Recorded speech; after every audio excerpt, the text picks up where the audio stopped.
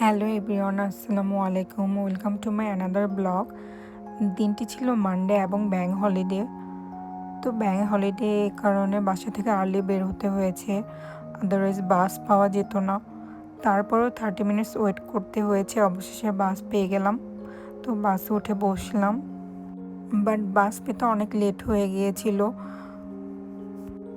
তো বাস থেকে নেমে সব কলিগ সবাই যে যার মতো দৌড়ে যাচ্ছিল।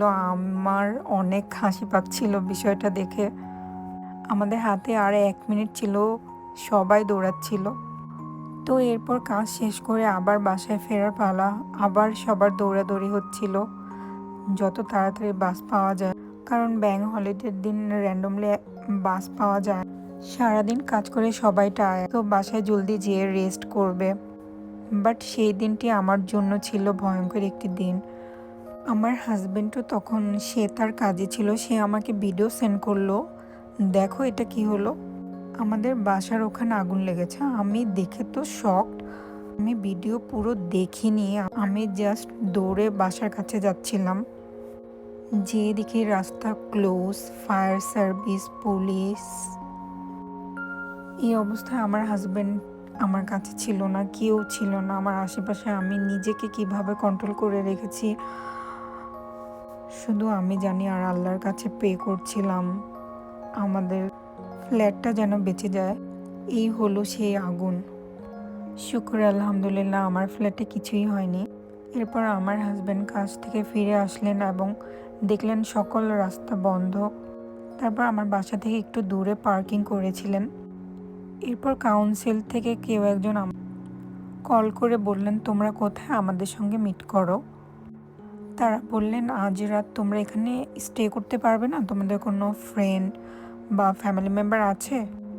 আমরা বললাম নেই। সো আমাদের কাছে কোনো অপশন লেফট ছিল না, সো আমাদের হোটেল বুক করতে হয়েছিল। তারা আমাদের কিছু সময় দিয়েছিল নেসেসারি জিনিসগুলো নেয়ার জন্য। আর এই হলো সেই জ্বলে যাওয়া পরবর্তী অবস্থা।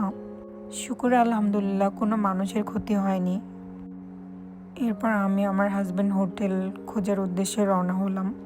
আশেপাশে কিছু হোটেল ছিল, ওগুলো আমরা গিয়ে দেখলাম, পছন্দ হয়নি।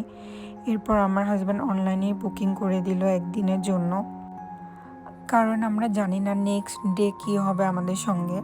সো আমরা একদিনের জন্যই নিলাম, কারণ দুজনেরই নেক্সট ডে কাজ ছিল। আসলে মানুষের সাথে কখন কি ঘটবে সেটা আল্লাহ ছাড়া কেউ বলতে পারে না। আমিও সকালে ভাবিনি আমার সঙ্গে এমন হবে। বিকেলবেলা ঘরে ফিরে আমি এমন হোমলেস হয়ে যাব। আল্লাহর কাছে অনেক অনেক অনেক বেশি শুকরিয়া, উনি আমাদেরকে যেভাবে রক্ষা করলেন। কারণ যেই ফ্ল্যাটটিতে আগুন লেগেছিল সেটা আমার একদম নেক্সট ফ্ল্যাট ছিল। যার ফ্ল্যাটে আগুন লেগেছিল ওনার সাথে আমার অনেক ভালো সম্পর্ক ছিল। উনি ওনার লাইফে সব কিছু আমার সঙ্গে শেয়ার করতেন। তো অনেক দুঃখ হচ্ছে ওনার জন্য, এখন কি করার। তো এই যে এখানে আমরা হোটেলে পৌঁছে গেলাম। এরপর ভিতরে আমরা এন্টার করলাম।